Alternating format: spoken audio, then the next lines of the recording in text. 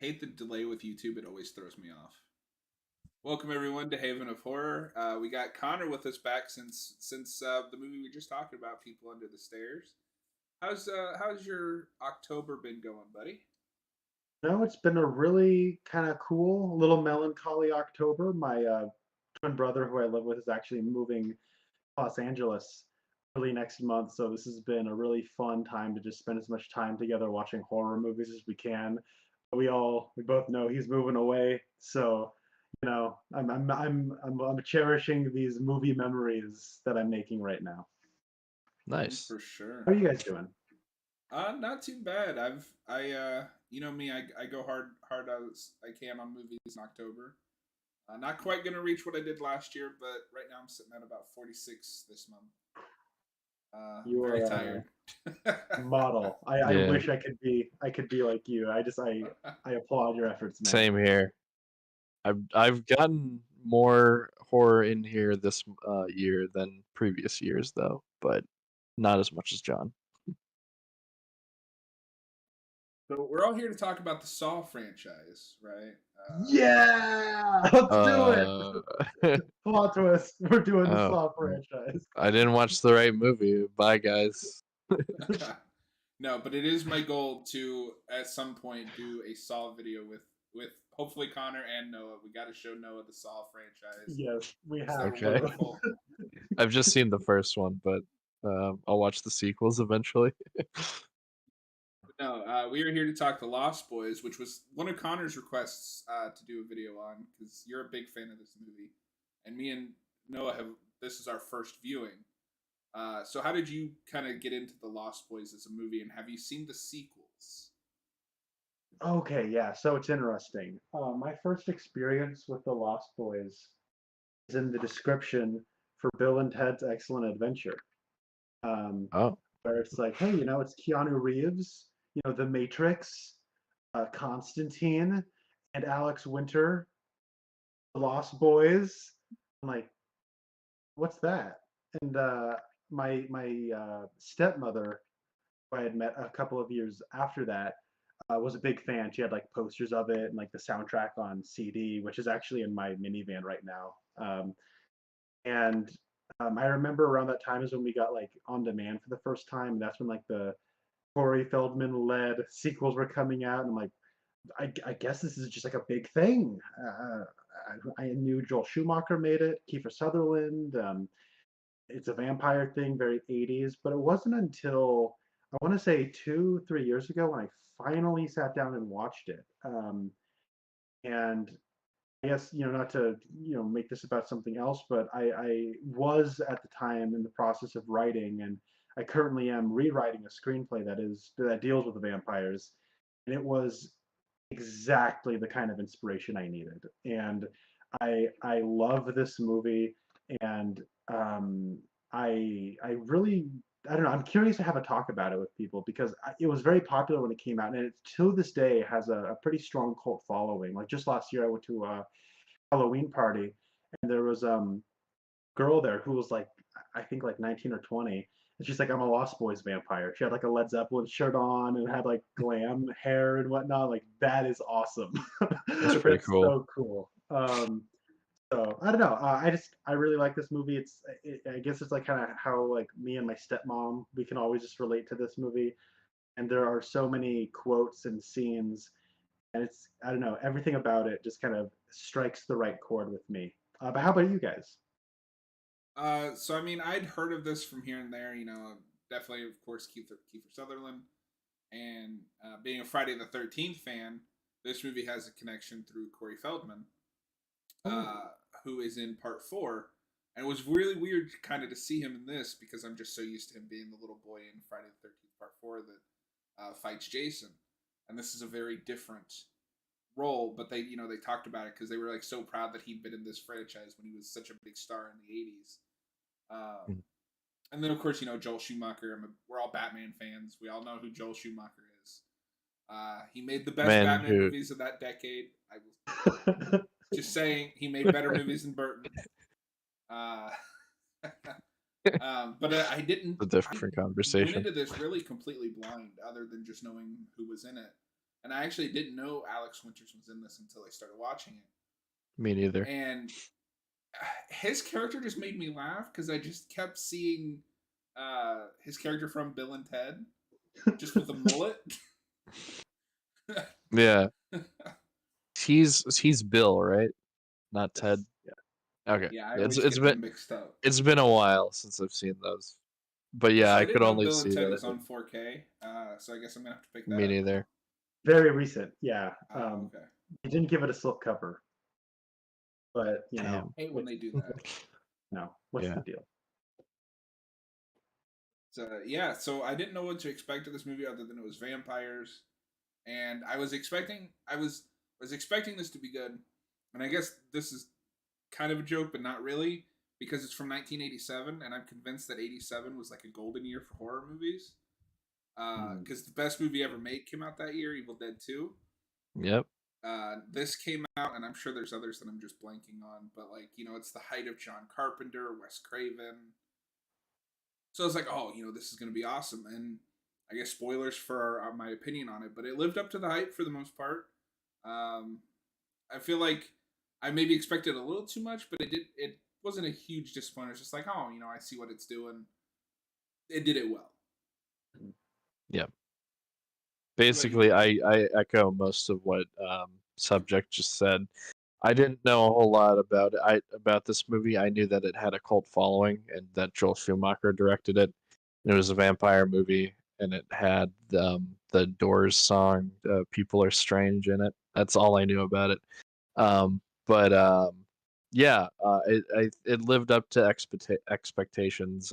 It's a pretty solid vampire movie, and also a pretty good coming of age movie in its own right. Yeah. Well, and the coming of age stuff, I think, is what threw me off guard mostly because I didn't know there was a whole like, family dynamic subplot.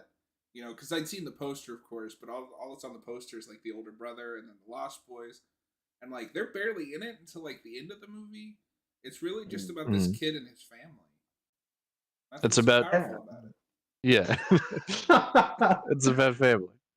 It's Yeah. mainly about the two brothers and their whole dynamic and relationship, and the older brother kind of being more tempted by like uh kind of like a self-destructive life, and then the younger brother like has a little bit more of innocence to him. But Do you guys know anything about the history of this project? I do no. not. So what's actually interesting is that the original concept was, what if Peter Pan was a vampire? And that's where like the Lost Boys and like Wendy, like Star is supposed to be like Wendy. Um, and then so it started off where everybody was a kid. All the vampires were like smaller children. Like the main characters were small children. But then it was Joel Schumacher when he came on board. He says, "No, we gotta like sex this up, basically. Like we have to like like the vampires are supposed to be sexy." And so he like aged up that whole aspect of it. So the whole like what the title alludes to is kind of, I guess, lost from the initial idea, but I don't really care. It's a very evocative title, and I think it with that decision, I think that Schumacher gets vampires. When you're a teenager, your hormones are heightened, and you're trying to be your own man or woman, and teenagers are very violent. They're very horny, and vampires are also that way. And so it's sort of taking the whole coming of age aspect of it and applying it to vampires, I think is a very inspired choice. And I really like how kind of innocent and like comic book the little kid side of things is. I like that the two brothers get along with one another. I like that you can see the temptation of the vampires for the Jason Patrick, who is more or less the main character. But you also like see like the innocence when he's with his family, specifically his younger brother, like that innocence that he wants to like maintain, and like he wants his brother to like stay innocent while he's sort of being tempted by darkness. And it's a really, I think, a compelling character struggle to hang a movie on. So, a friend of mine is in the chat. Kayla says that Lost Boys made her love vampires. She was 4 when she first saw it, and a lifelong love. I could see this being, somebody's introduction to vampires, and kind of creating a love for the genre. Um, I think what I most appreciate about this is it's just classic vampires. Like I'm so Yeah. sick of everybody having to put a twist on vampires. Like vampires are inherently cool, and we killed them, but back in the day they were cool. But what you were saying with Peter Pan, I did pick up on that with the main group. I didn't get the Wendy vibes from her, but it makes sense now that you've said it. But Yeah. the Kiefer Sutherland and his crew, I very much could see the parallels to the Lost Boys from Peter Pan. And I agree. I think the older brother's struggle was very well represented out of everything else. Yeah, that was well represented in the movie. But yeah, I do think the Lost Boys title is still appropriate because even though they're not like little kids, they're still trying to hold on to a certain youth by being vampires and staying young for that long. And it also does tie into that 1980s children missing on children on milk cartons. We got a lot of those missing children posters over it, and Yeah. I think that's a really cool touch. Well, and it's also interesting that you mentioned that everybody's supposed to be younger, because Corey Feldman's character feels like they imagined him as an adult, but he's being played by a 13-year-old, and it's really funny. A 13-year-old that's trying to sound like an adult throughout the whole movie. Whenever I watch this movie, I'm thinking, what is Corey Feldman doing? I mean, it's working, but what is he doing? He's like him and his brother. I guess they're children. They just run a comic shop. Sure, I'll take it. Right? This part of the movie's a comic book. I'll take it. But he has this red bandana on and a tank top, and I'm thinking, was he doing a Rambo impression? Is that what he's doing? Because he's talking really low the whole time, and I'm Edgar Frog. Yeah. We gotta take care of these vampires. What kind of name is Edgar Frog? Edgar and Alan. It's wonderful. I think he's my favorite character in this movie. He's really funny. Up there for me. He's just so goofy, and you got this heartfelt drama with the older brother, and the struggle between siblings, and the mom trying to kind of move on with her life after I don't remember, did the dad die or just they were divorced? Divorce. Stuff that everybody can relate to, and then fucking Edgar Frog comes running in with his 13-year-old deep voice. It's wonderful. I love just this little kid trying desperately to be an adult. I think my brother's a vampire. I'm sorry, you're gonna have to kill him. There's no other way. There's no other way. There's this is a movie that is chock full of wonderful one-liners, but I think he might have my favorite, which is a "Good night, bloodsucker." He stabs Alex Winter with a stake. That's great. Yeah. Let's do with the drugged out parents, and they need to be adults to keep the comic book shop open and keep themselves fed and such. Oh, okay. So maybe it's run by their parents, and they're just they're trying to keep it open. Okay. I mean, yeah, I could see that. And that kind of also fits into the kind of the Lost Boys motif. They're, in their own way lost. And I guess now that I've seen it, because I vaguely remember seeing the sequel to this years ago. Whoa, really? Okay, you're gonna have to tell me what that was like for you. You had seen the sequel, but not the original. But it makes sense that they kind of focus on Corey Feldman's character. He is the main character in the sequels, from what I understand. Even though it's 20 years later. Does he do the music for the movie too? I don't think so. Angelic to the core. I haven't seen the third one, although the third one does sound cool because he's just hired to go hunt vampires.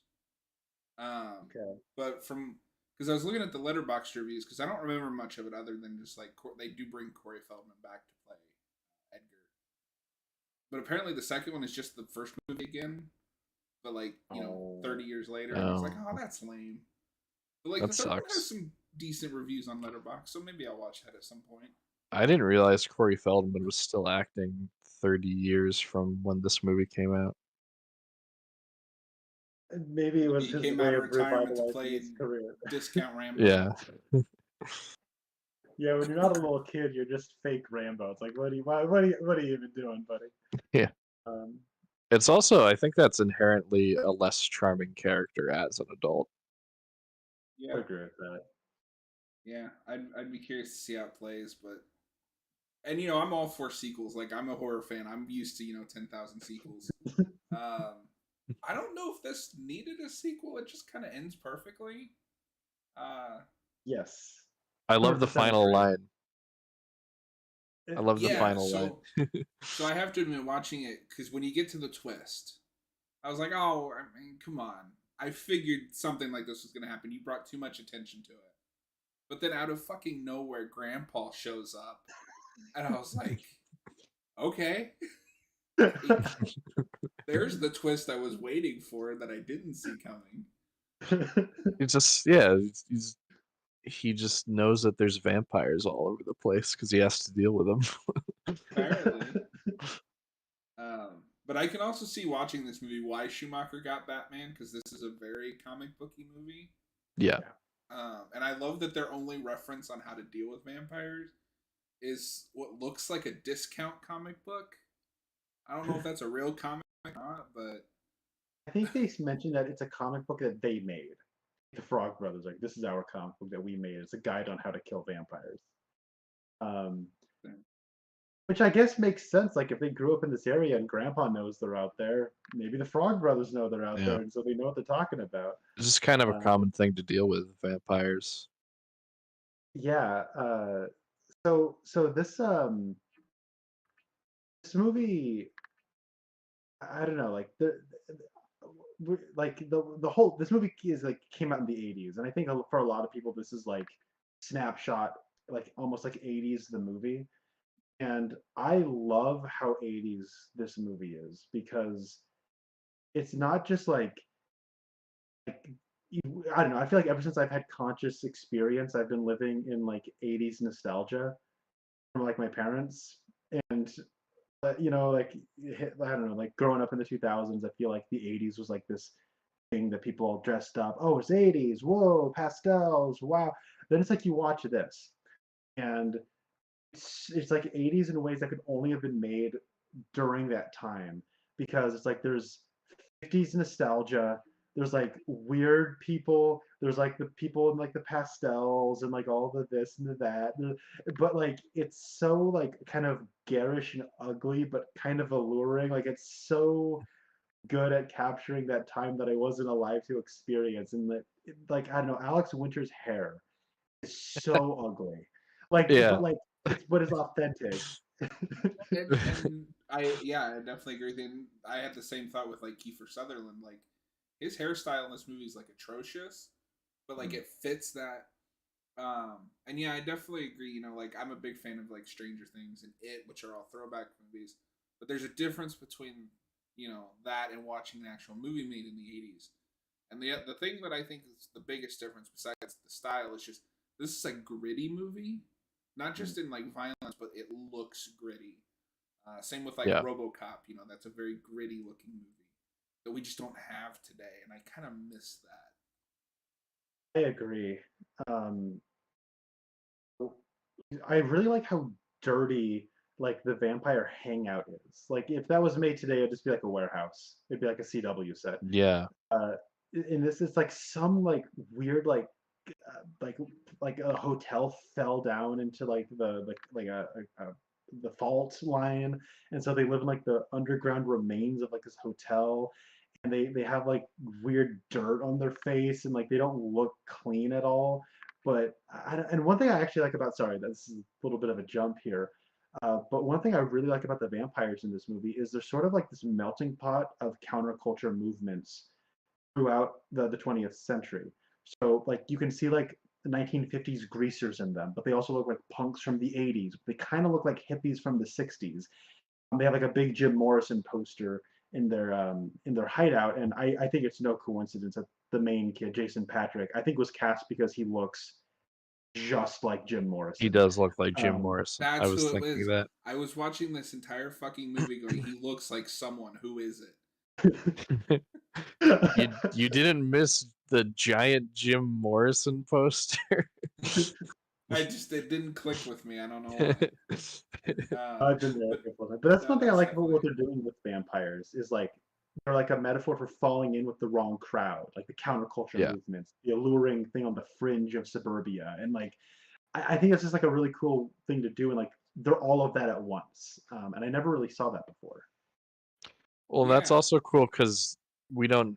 I don't know exactly if we know how long they've been alive for, but they were probably alive for like most of those countercultural movements too, and that's just kind of like been encompassed into their overall style and look. Thing I liked as well because they're playing very classic rules. You get burned by sunlight and garlic. I love that the kid makes a necklace out of garlic, Yeah. and the hotel is just their coffin. And you get that really cool shot. They look up and it's just everybody dangling from like the roof of the hotel. It's awesome. Mm-hmm. Yeah. Um, One thing I like about is the vampire reveal, where the movie is more or less playing it PG, probably today PG-13. And then their teeth come out and they bite that guy's head and it splits like a watermelon, and it's an Yeah. R-rated movie from that point on. That is like that scene is like perfect. I love how it's all lit by firelight. um, I like kind of the terror, but also the allure of it. And then it's an R-rated movie, and I like how it's willing to almost trick you for a while, where you think you're watching like an Amblin Entertainment movie, because it is produced by Yeah. Richard Donner, who kind of That's was right. sort of Spielberg adjacent. yeah, that's interesting. Well, and this is more specifically to Torgo because me and him have been watching the show. But did you find it funny that this is yet another vampire thing in California?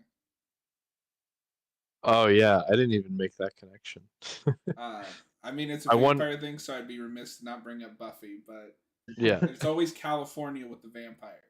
Well, I wonder how much Whedon was looking at this, or if it was like a slight influence on the stuff he did with Buffy and Angel. I could see this because, like Connor mentioned, this is a metaphor for the different countercultures, whereas Buffy is a metaphor for growing up. And I could see, there being some mixing there, Mm-hmm. especially because that was the original idea of Buffy was very much like flipping the script on horror films, which I think is the other thing that's impressive with this is it's even though there's some things where I can see like, oh, this is going to go here and then it's going to go here. In other ways, it kind of flips the script on a vampire movie. Um, like I feel like in a normal script, at least one or both of the Frog Brothers would either die or just be lying and like they don't actually know what they're doing. But in this, like, no, they're kind of competent for 12-year-old Rambos. I think they So watch enough or they consume enough vampire media to know what they're doing. That's a good call. I didn't think about that in terms of like what archetypes the characters are filling. Um, but it's interesting that you mentioned that, and yet when I watch it, like I do feel like there is a sense of danger, even though none of the kids die. I believe they could die. Yeah. And There's a real threat.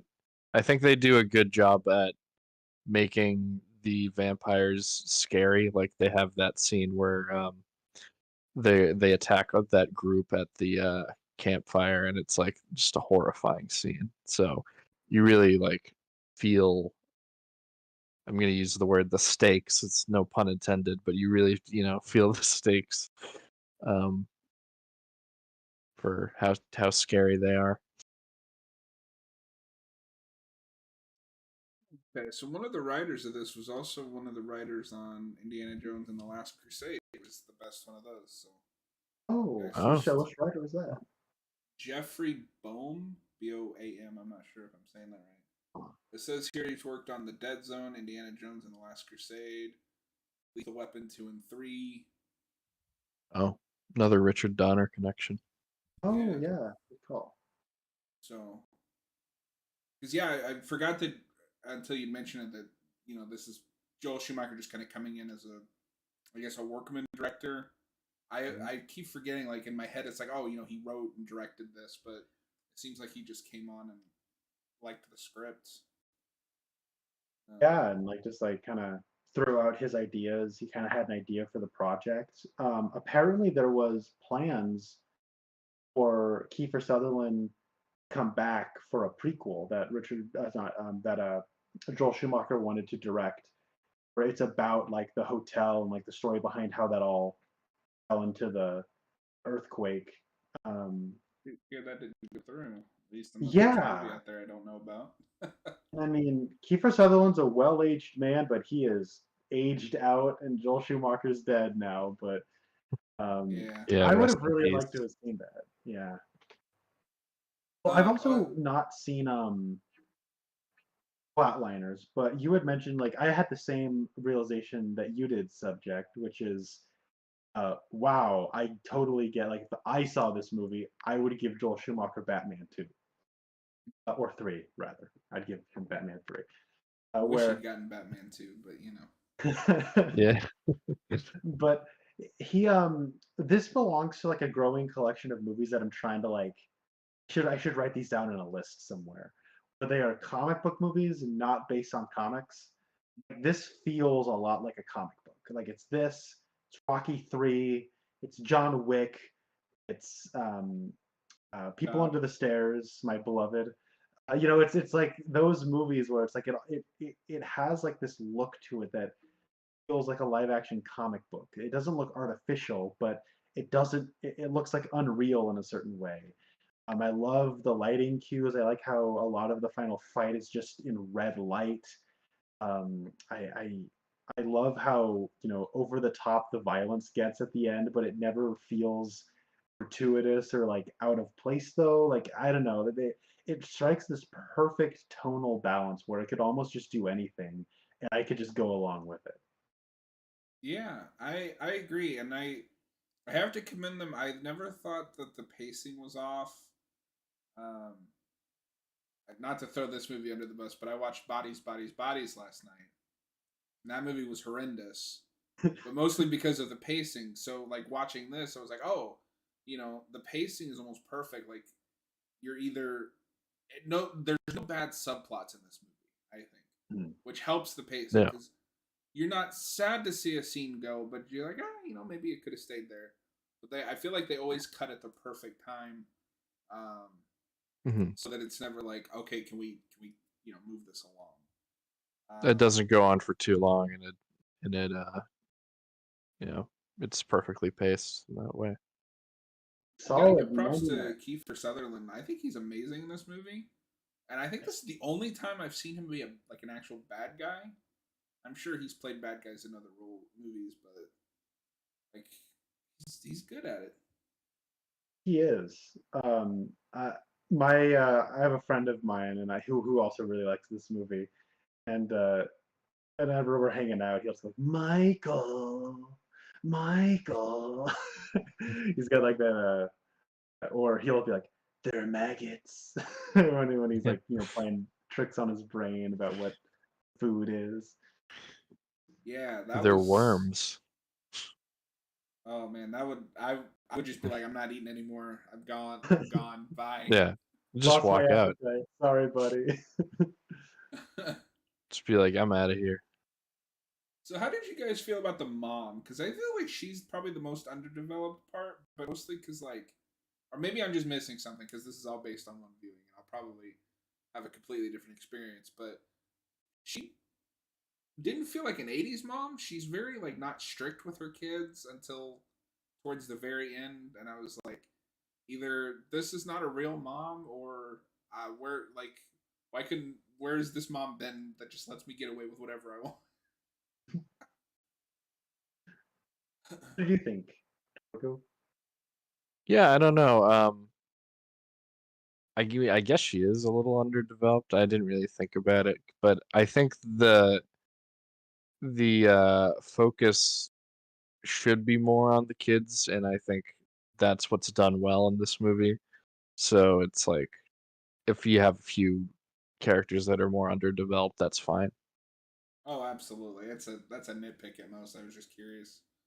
Yeah, Yeah, I'm glad you brought her up because when you were talking about the pacing, actually my brain went to the mom. Um, I think about like her relationship with the man who was eventually revealed to be the head vampire, which I thought was a fun reveal. But that subplot I think is given enough time to where when I'm with this family, like Diane Wiest is so sweet. Like you're right, John. Maybe she's like, almost imperfectly like sweet, but like I just want that lady to be happy. Like she's divorced, and like there's a comment how her own dad says you might be the only woman who has not gotten out of a divorce wealthier than they were before. Like, ouch, thanks, Dad. But um, you just want her to be happy. Like her sons are kind of readjusting. Her older son is like basically on drugs because he's turning into a vampire, and she's just trying to get a job. She's trying to like get back on her 2 feet again, and she's just this very sweet lady. And when you see her with this like kind of dorky but endearing like professor man, Max I think is his name, and it's like yeah, I just want her to be happy. And I feel like every time I watch this movie I think, oh, this will be the time where when I get to Diane Wiest's subplot I'm gonna kind of be like waiting for it to be over. I just want to get to the fun vampire stuff, but actually I find it a little bit more endearing every time I watch it. I think she's playing that role perfectly.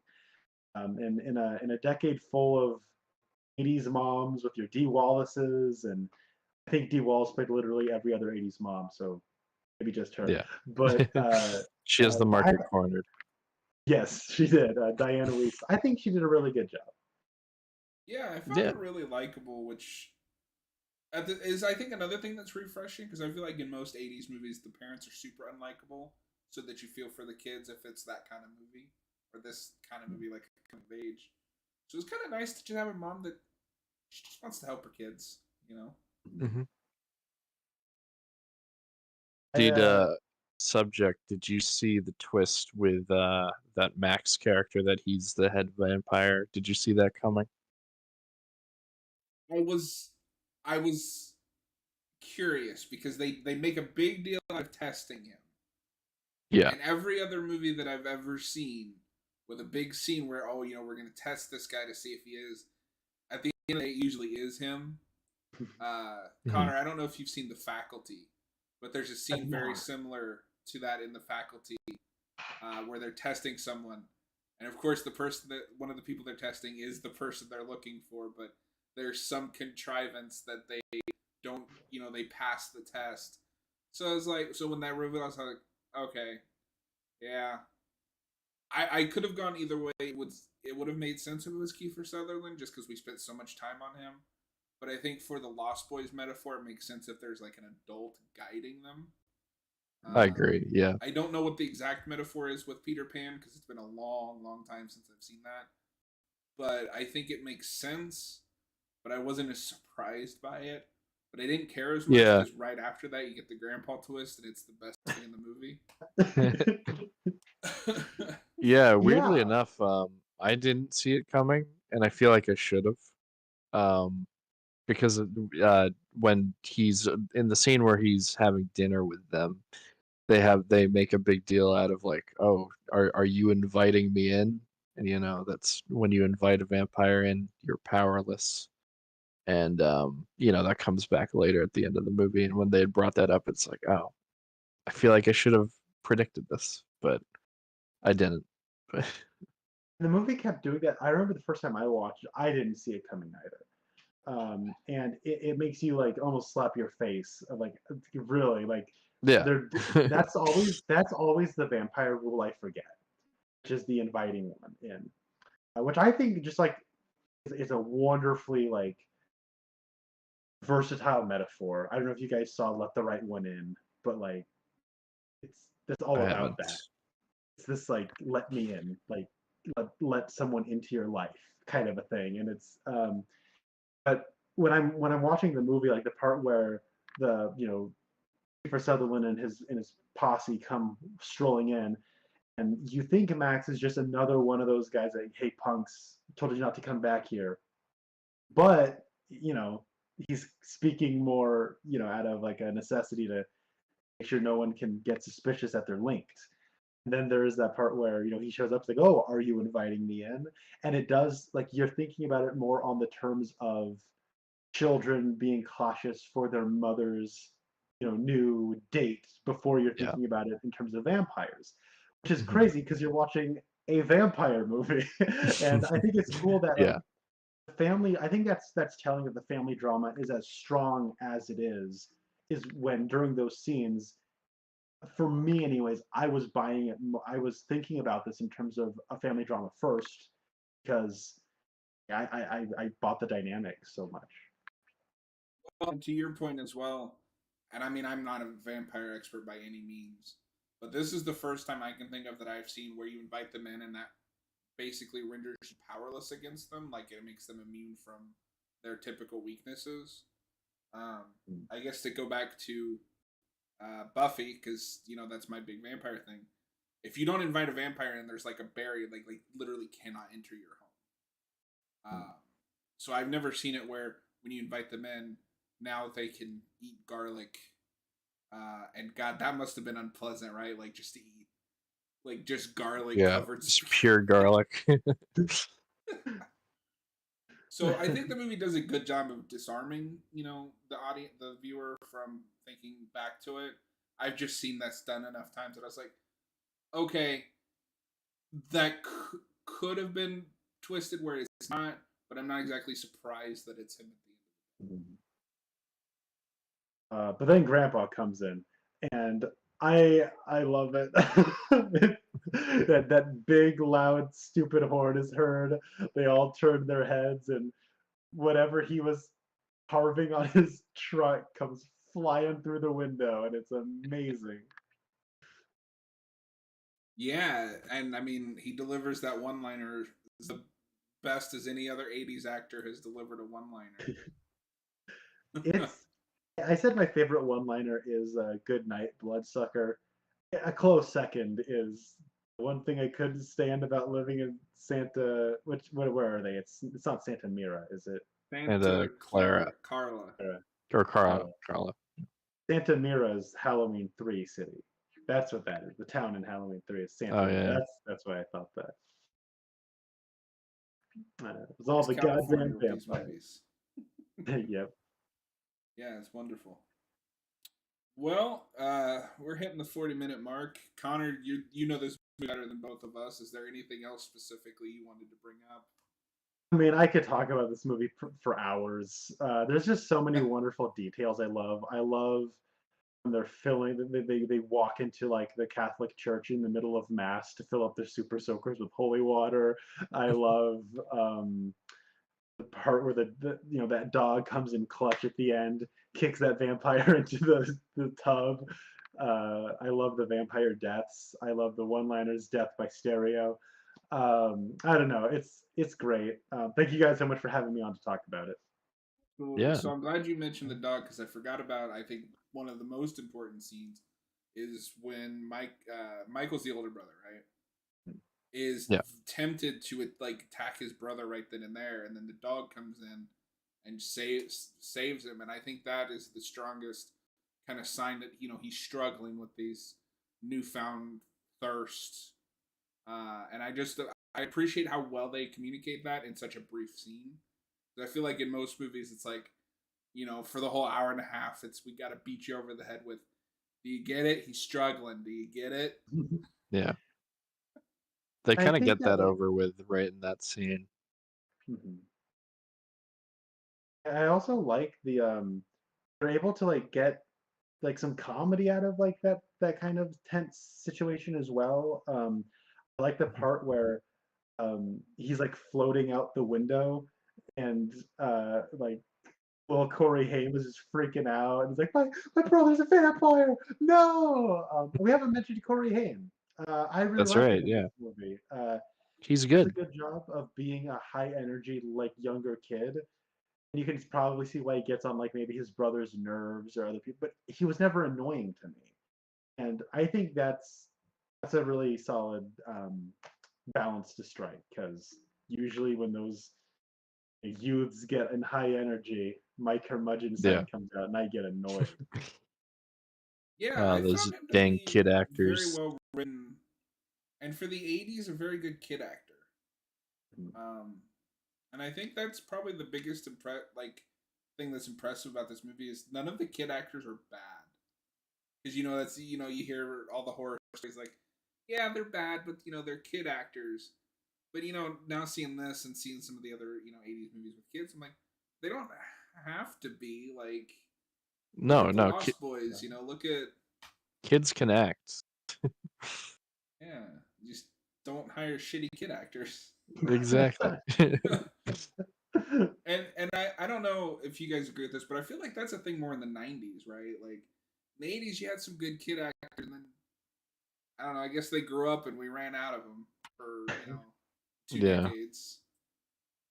All the talent of child actors in Hollywood that converged into Haley Joel Osment in the late '90s. So Oh there was yeah. that whole decade where you had like the kid from Wes Craven's New Nightmare, who just is like a really bad kid actor. Yeah, I like that movie a lot, but that kid sucks.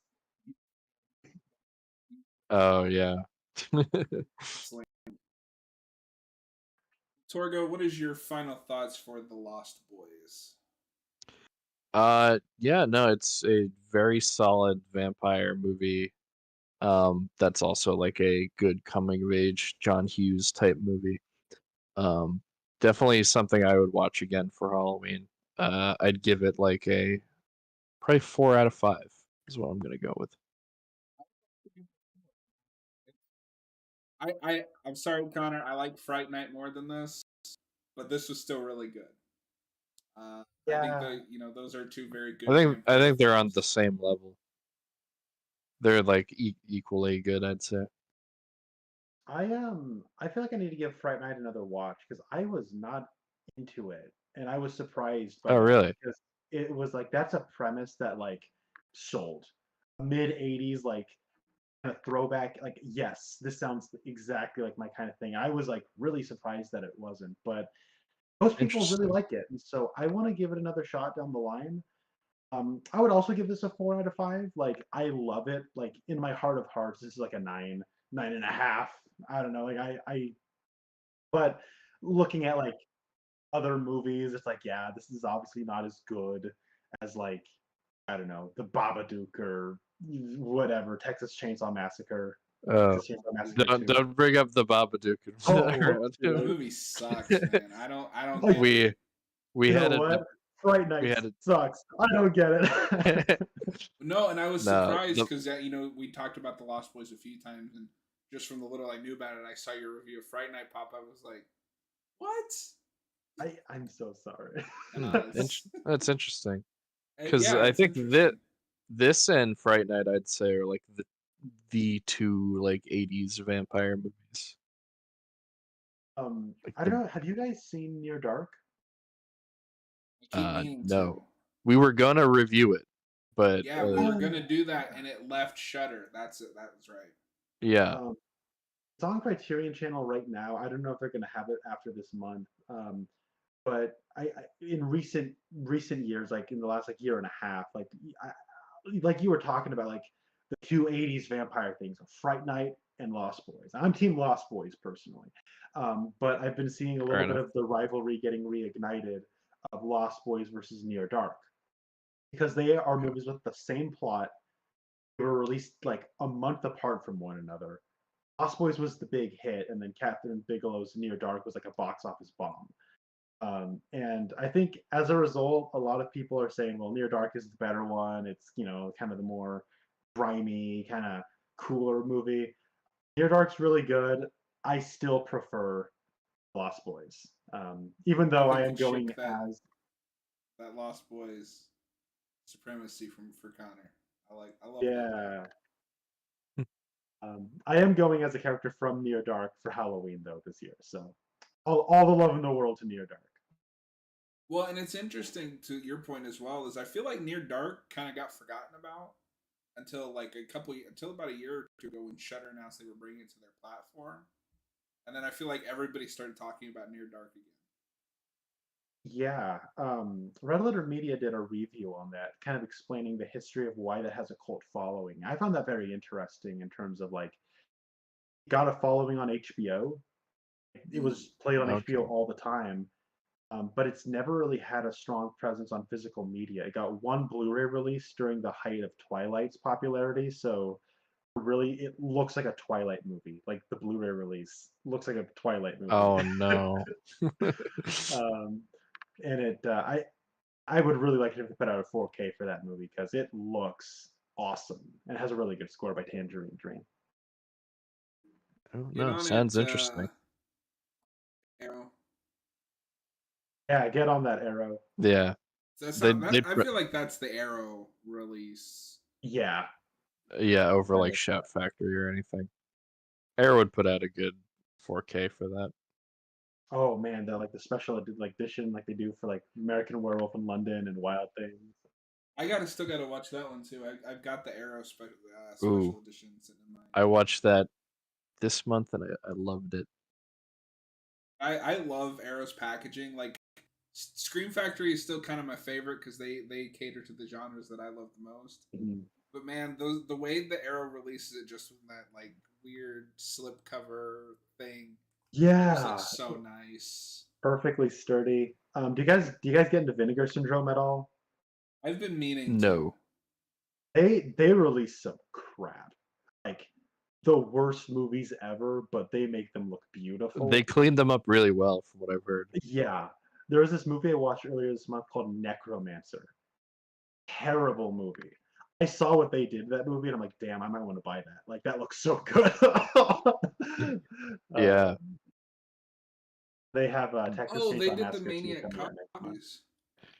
Oh, I'll get that one. I don't know about most of their what else they put out, but I'll get that. No, they put out the Beyond. We covered that. That Oh, was cool. really good. Uh, Movie's disgusting. It's awesome. yeah, The Beyond. Was it the yeah? That was the Fulci movie we did. Oh, is that different than From Beyond? Yes, Yeah, we yeah, because I made the same mistake. yeah. John mixed So that up. From Beyond is another H.P. Lovecraft esque movie from the guy who did Okay. Reanimator. Okay, The yeah. Beyond is a Fulci, I want to say 70s Italian zombie flick, which means I there's am like adding no it to the story, but it'll gross you out. Yeah, good That is effects. going to the list. I'm gonna say I think it was them that did the zombie release too. Could be wrong. Isn't that Blue Underground? I think that was Blue Underground. Yeah. Yeah, you're right. Blue. Okay. Yeah, I need to get It's more hard to into keep like all these like boutique. I know. Like No, a I lot of the mostly movies. follow Scream Factory and Arrow, and then sometimes Criterion will put out something I want. Yeah. Yeah, No, like a lot of the movies that Vinegar Syndrome put out, I haven't even heard of. So yeah. Um, I got Flesh for Frankenstein. And this set is like crazy good. Like it has two versions of the movie. One's in 3D, one's the 4K. This movie is like nice. this just like kind of this weird low budget art house movie. Uh, and they cleaned it up so good. Like wow, Nice. thank you guys. I love that packaging. Now we're That's just very rambling on about Arrow-esque. physical media. We are, and I'm not That's a even yeah. like a It's big. fine. I'm not as big as a physical Connor is, but I like to get the restorations you can't get on digital. Like, Yeah, I mean, this is just what's sitting next to me, but like, I will always treasure this Whoa. because it's the only place to get all 12. Even though you can tell they mostly put work into like the first 4. I really want to get that set. I think I have like a standing plan with one of my friends where one weekend he's gonna come up to Portland. We're gonna just get a bunch of beer and food, and we're just gonna binge through all of those in like a weekend. Ah, Like I it think sounds that'll be awesome. the plan with Friday the 13th. Yeah. And I gotta watch the Child Play fact Scream 4K's the Scream Factory just put out. But like Connor said, we were rambling, so we were gonna call it there. As always, Connor, it was wonderful to have you on. I know we just mentioned something else that at some point we will definitely do Devil's Rejects because I think that was the other thing you mentioned wanting to do. Oh, I would. I've watched like It was half so of good. Rob Zombie's movies this month. I'm fascinated by this man and his work. So yeah, we should talk Devil's Rejects sometime. Absolutely. We'll turn Noah around on it at some point. I didn't hate it. No, you gotta love it. But yeah, as always, great to talk to you, Connor and Torgo, and we will see you guys next time. See you. All right.